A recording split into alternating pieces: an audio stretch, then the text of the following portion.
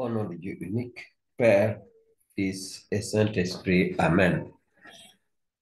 Bonjour, chers amis internautes. Bienvenue, bon retour à cet arbre à palabres où de temps à autre, nous nous entretenons avec vous sur des thèmes bien précis. Alors, si vous nous rejoignez pour la première fois ou si vous ne vous êtes pas encore abonné, pensez à le faire en temps opportun. Vous verrez, vous serez invité à un moment donné ou l'autre à appuyer sur le bouton s'appuyer en dessous de l'image.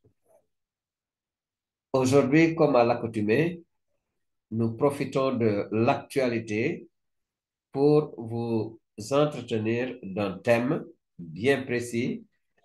Et en effet, au moment où beaucoup de chrétiens vont fêter Pentecôte, c'est lieu de nous demander avec vous et de façon très juste et légitime, est-ce que Jésus a promis d'envoyer quelqu'un et qui sait exactement quel est celui qui a été annoncé et promis par Jésus?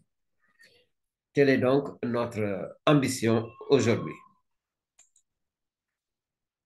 Comme nous avons l'habitude de le faire, eh bien, nous choisirons également, euh, nous partirons de la Sainte Bible, des Saintes Écritures, pour argumenter nos propos. Le problème est ici, annoncé par Jésus. Qui est-il? Autrement dit, qui est vraiment, qui a été annoncé par Jésus? Pour ceux qui nous rejoignent pour la première fois également, vous avez ici les paramètres de celui qui vous présente cet enseignement. Le moins que nous puissions dire, c'est tout simplement qu'il est habilité à le faire.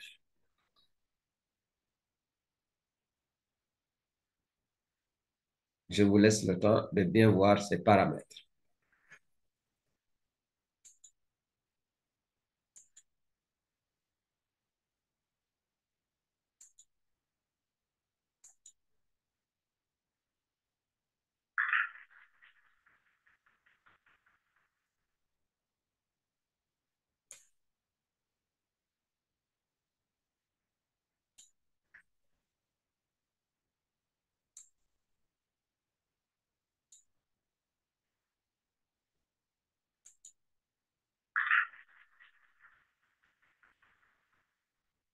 Quel est le problème? En effet, Jésus a bel et bien annoncé et promis que quelqu'un viendrait après lui. Qui est-il donc au juste? Celui-là. De quels moyens disposons-nous pour l'identifier et quelles sont les conséquences pratiques et comportementales que nous pouvons en tirer et devons même en tirer?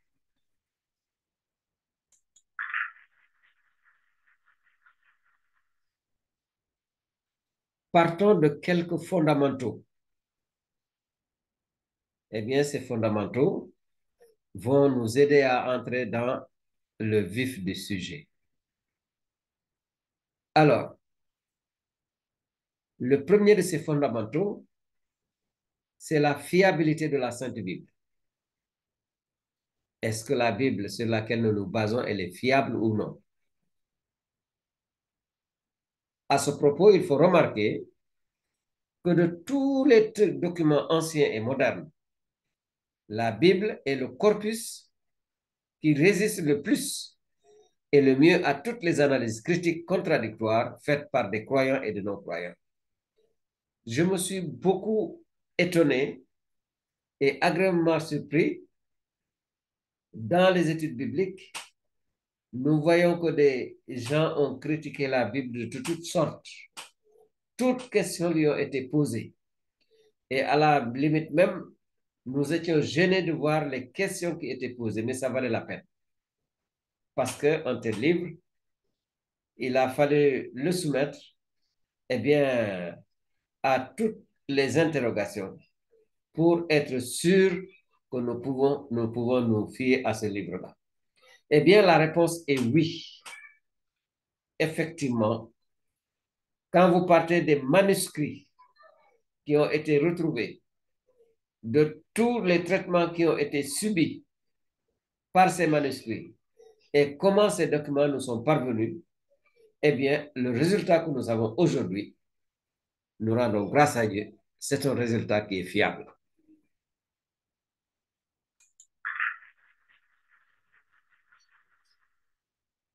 Parmi ces fondamentaux, nous avons également le fait que toute écriture est inspirée. Et ça, c'est Saint Paul qui, sous l'inspiration de l'Esprit Saint, nous le dit dans sa deuxième lettre à Timothée, au chapitre 3, les versets 15 à 17.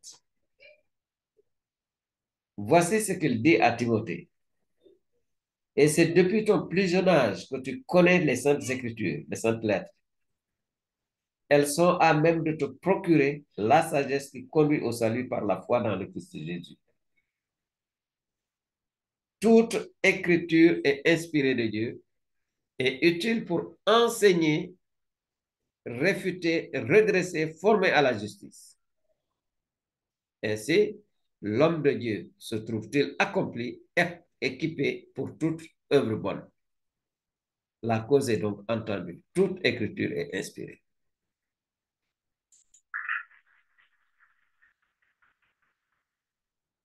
Et Saint Paul n'est pas le seul à nous le dire, à nous le transmettre, parce qu'ils ne disent pas d'eux-mêmes. Nous avons également dans une deuxième lettre que Pierre a écrite, en son chapitre 1er, les versets 20 et 21, ce qui suit. Eh bien, le voici. Je cite. Avant tout, sachez-le, aucune prophétie d'écriture n'est objet d'explication personnelle. Ce n'est pas d'une volonté humaine qu'est jamais venue une prophétie. C'est poussé par l'Esprit Saint que des hommes ont parlé de la part de Dieu. Et oui, voilà un des fondamentaux qu'il nous faut bien avoir en tête quand nous abordons les Saintes Écritures et surtout quand nous cherchons quelle réponse nous avons par rapport à la question posée dès le départ.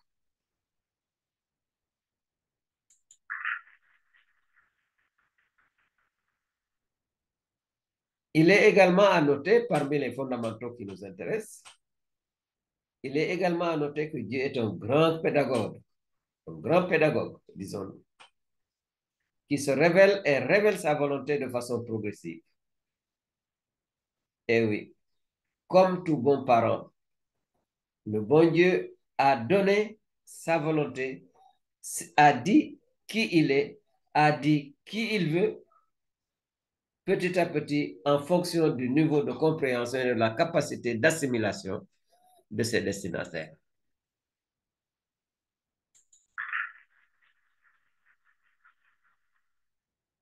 Et cela nous a été si magnifiquement exposé par l'auteur de la lettre aux Hébreux en son chapitre 1er, les versets 1 et 2. Je cite. Après avoir à maintes reprises et sous maintes formes parlé jadis au Père par les prophètes, Dieu, en ces jours qui sont les derniers, nous a parlé par le Fils, qu'il a établi héritier de toutes choses, par qui aussi il a fait les siècles. Fin de citation.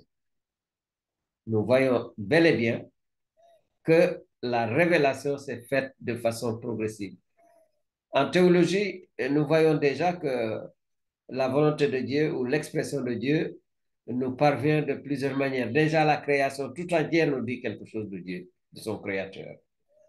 Et nous en avons une illustration dans ce dialogue imagé, mais c'est plein de spiritualité, fait par Saint Augustin entre lui et les animaux et les créatures à qui il demande avec émerveillement, est-ce que vous êtes Dieu? Et chaque créature va dire non. Et à la fin, c'est Saint Augustin qui le remet. Dites-moi enfin, qui est donc Dieu? Et les créatures, comme d'un seul d'une seule voix vont lui dire, nous sommes celui-là qui fait que tu nous admires, celui qui nous a créés. Eh bien, non seulement Dieu nous a parlé par la création, mais il nous a parlé par les prophètes et il a fini par nous parler par Jésus, le summum de la révélation.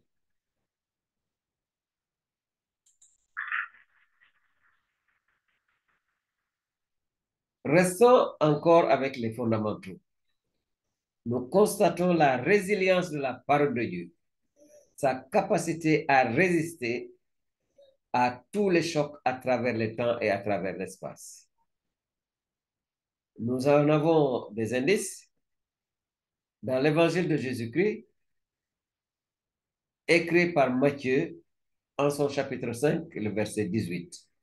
Je cite, car je vous le dis en vérité, et c'est Jésus qui parle, tant que le ciel et la terre ne passeront point, il ne disparaîtra pas de la loi un seul iota ou un seul trait de lettre jusqu'à ce que tout soit arrivé. Eh oui.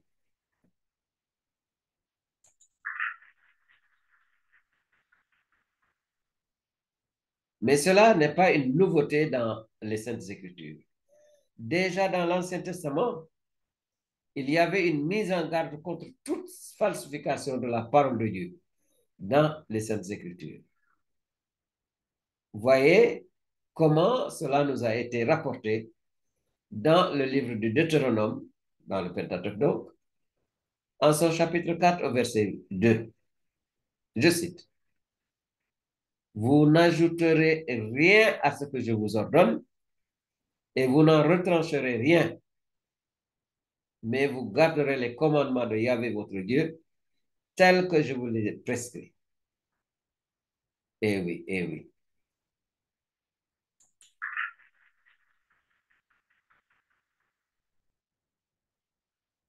Alors que vous avez cette mise en garde dans l'Ancien Testament, vous l'avez également dans le dernier livre de ce corpus de 73 livres qu'est la Bible, eh bien, le livre de l'Apocalypse, au chapitre 22, le verset 18-19. Je déclare, moi, et c'est Jésus l'agneau qui parle, je déclare, moi, à quiconque écoute les paroles prophétiques de ce livre, qui oserait y faire de ses charges, Dieu le chargera de tous les fléaux décrits dans ce livre.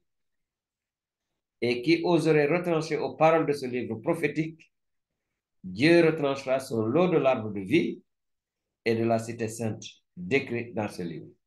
Autrement, il dit, il sera maudit et il est voué justement à l'enfer.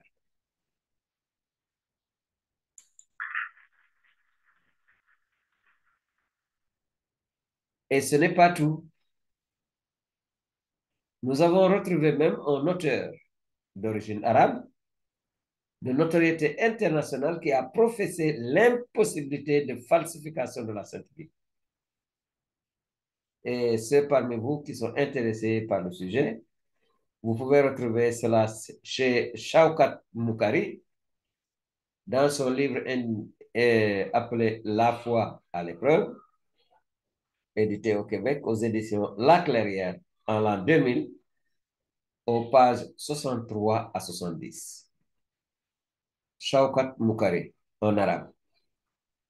Après de minutieuses recherches, il en est arrivé à la conclusion qu'il est impossible de falsifier la Bible.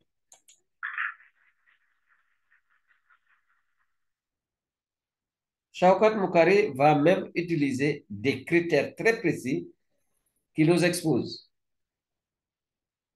D'abord, le critère théologique, ce qu'il appelle le critère scientifique, troisièmement, le critère rationnel, et enfin, quatrièmement, le critère biblique.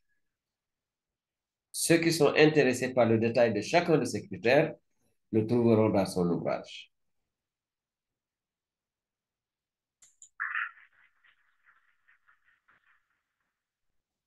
Après avoir parcouru ces fondamentaux, nous en arrivons donc à cette question fondamentale. Qu'en est-il alors de l'annonce faite par Jésus de la venue de quelqu'un après lui? Qu'en est-il?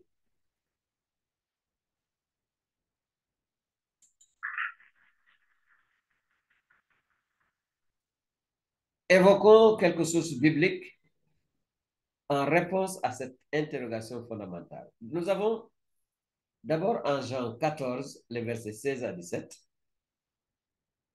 Jésus qui dit, et je prierai le Père et il vous donnera un autre paraclet, un paraclet, pour qu'il soit avec vous à jamais, l'esprit de vérité, que le monde ne peut pas recevoir parce qu'il ne le voit pas, ni ne le reconnaît.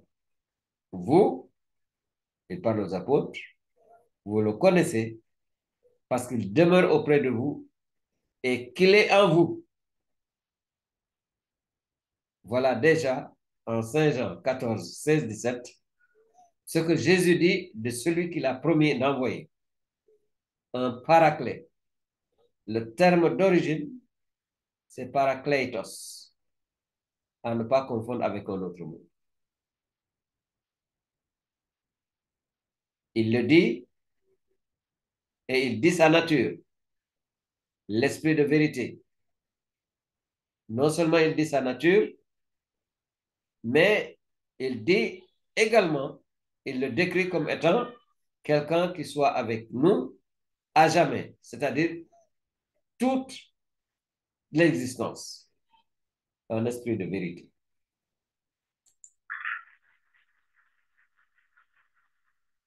En Jean 14, 26, le Christ nous redit, mais le Paraclet, l'Esprit Saint que le Père enverra en mon nom, lui vous enseignera tout et vous rappellera tout ce que je vous ai dit. La mission du Paraclet, l'une de ses missions, eh bien, ce sera de nous rappeler ce que Jésus nous a enseigné, pour nous faire vivre ce que lui nous a enseigné. Et ce qu'il nous a enseigné se trouve dans les Saintes Écritures bibliques. Donc, l'Esprit, le Paraclet, ne dira pas aux apôtres, ni à leurs successeurs, ni aux croyants à venir, des choses contraires à ce que Jésus a enseigné et dont une bonne partie est consignée dans la Bible. Je dis bien une bonne partie, parce que tout ce que Jésus a dit et fait n'a pas encore été encore une fois, n'a pas été transcrit dans la Bible. Et ce disant, je m'appuie sur la Bible elle-même qui dit que tout n'a pas, ou nous lisons que tout n'a pas été écrit.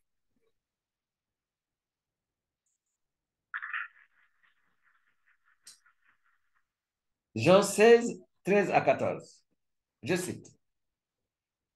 Quand il viendra, lui, l'Esprit de vérité, il vous introduira dans la vérité tout entière, car il ne parlera pas de lui-même, mais ce qu'il entendra, il le dira, et il vous dévoilera les choses à venir. Lui me glorifiera, car c'est dans mon bien qu'il recevra, c'est de mon bien qu'il recevra, et il vous le dévoilera. Ainsi donc, encore une fois, il y a une cohérence entre ce que apporte l'Esprit de vérité et l'enseignement de Jésus.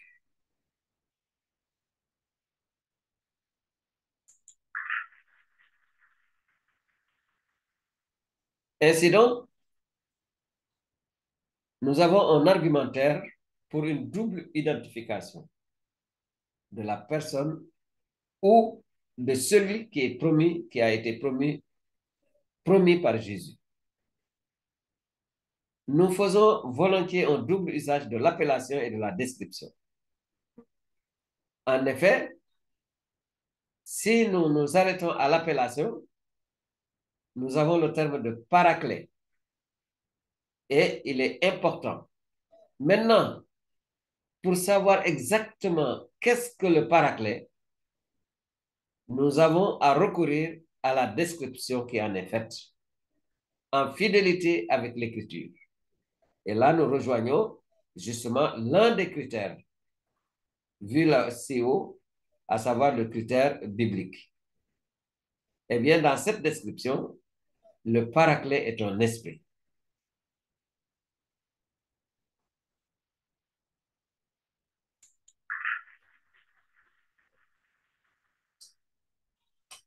Ce paraclet, comment et quand est-il reçu? nous en avons également, nous avons là deux types de réponses. Il y a une réception collective de l'esprit et celle qui vient en tête est la plus explicite de cette réception collective, c'est la Pentecôte de l'Église primitive. Et cette Pentecôte nous a été racontée, entre autres, dans les Actes des Apôtres au chapitre 2, les versets 1 à 13. Tout en sachant que, je le rappelle aux uns et le fais savoir aux autres, cette Pentecôte s'inscrit dans une fête traditionnelle juive, la Pentecôte juive, qui avait une importance très grande, 50 jours. Ça, dans les Actes des Apôtres, ceci s'inscrit sur 50 jours après Pâques. C'est de là que vient le mot Pentecôte. Mais dans l'Ancien Testament, cela correspond également à une fête de moisson, une fête d'action de grâce, une fête de bénédiction. Voilà donc tout ce qu'il y a dans l'Ancien Testament et qui va être enrichi par la nouvelle Pentecôte, par l'arrivée de l'Esprit Saint sur les apôtres et la communauté primitive. Action de grâce, bénédiction, effusion descente de l'Esprit de Dieu, etc., sur son peuple. Voilà pour la réception collective. Mais il y a également des réceptions individuelles de cet esprit ou de ce paraclet. Cette réception individuelle, eh bien, c'est la confirmation. Et cette confirmation, eh bien, nous avons des documents de l'Église qui en parlent, ce que c'est et quels sont ses effets. Je vous renvoie tout simplement au livre qui s'appelle La foi catholique en son numéro 38, où sont condensés tous les grands enseignements de l'enseignement catholique, avec les divers documents à travers le temps et l'espace. La confirmation nous est également décrite, où nous en avons une mention dans le catéchisme de l'Église catholique en son numéro 1285. Alors, quand je parle des trésors de la foi catholique, en voilà encore une fois des exemples. Effectivement, cette confirmation, c'est ce que l'Église revit chaque année vers la fin de l'année liturgique. Et cette année, particulièrement en ce qui concerne l'archidiocèse de Dakar, cela se passe dans beaucoup de paroisses dans l'espace des mois de mai et juin, où les élèves sont confirmés. Nous avons fait ailleurs un enseignement sur les confirmations et les premières communions. Nous renvoyons simplement nos téléspectateurs à cet enseignement qui se trouve dans la chaîne YouTube, première communion, baptême, première communion et confirmation. Voilà le contexte que nous vivons. Et ce contexte est tel que, justement, l'ambiance de la Pentecôte convient bien, j'allais dire, cette ambiance sied bien pour conférer le sacrement de confirmation aux jeunes et aux adultes. Encore faut-il que, et ça c'est le rôle des catéchistes et de toute la communauté, de faire comprendre à ceux qui vont recevoir ce sacrement d'en saisir le sens profond. Et aussi de vivre ces fêtes en conformité avec leur sens pour ne pas les dévoyer.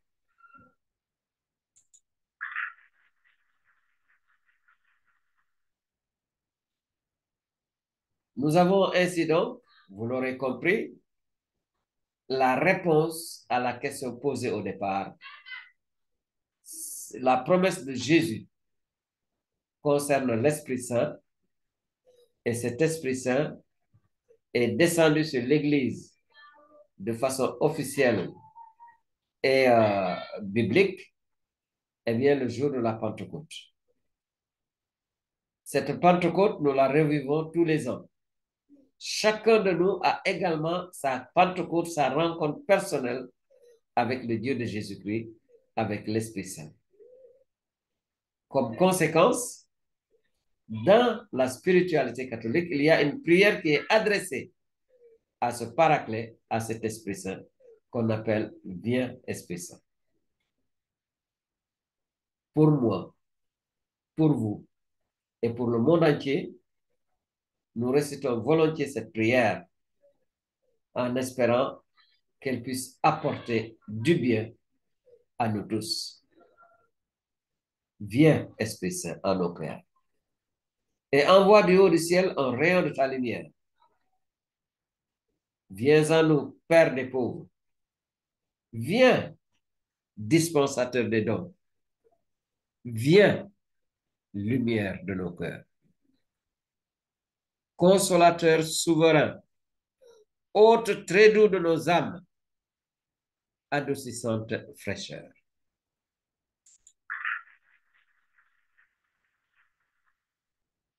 Dans le labeur, dans le repos, dans la fièvre, la fraîcheur, dans les pleurs, le réconfort. Viens.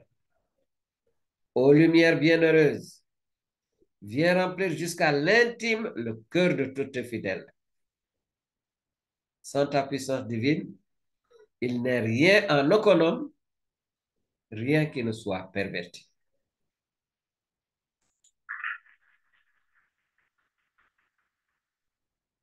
Lave ce qui est souillé, baigne ce qui est aride, guéris ce qui est blessé, assouplis ce qui est raide, réchauffe ce qui est froid, rends droit ce qui est faussé. À tous ceux qui ont la foi et qui en toi se confient, donne tes 7 dons sacrés. Donne mérite et vertu. Donne le salut final. Donne la joie éternelle. Amen.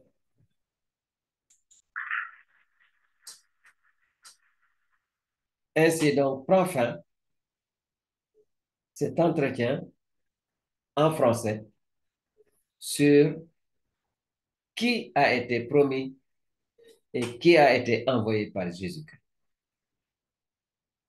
Je vous remercie de votre attention.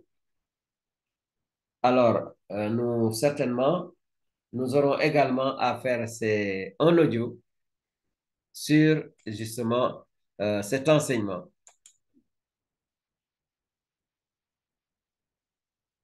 Oui.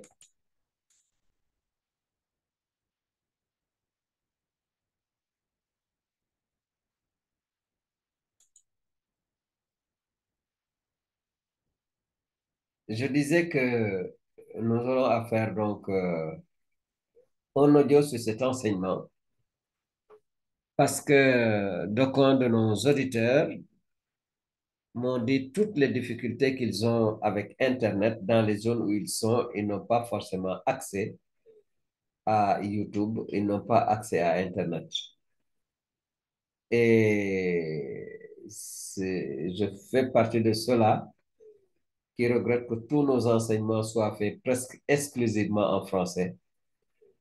Ceux qui ne comprennent que d'autres langues, ceux qui comprennent d'autres langues que le français ont aussi droit à la parole de Dieu. Et donc, je ferai un enseignement uniquement audio en serrère pour ceux-là qui comprennent cette langue-là.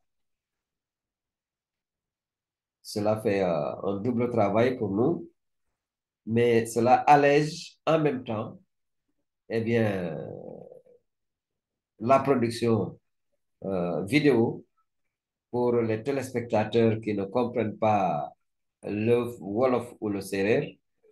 Je comprends, cela peut être fastidieux pour eux également d'avoir à interrompre leur audition de temps à autre par des explications dans une langue qu'ils ne comprennent pas.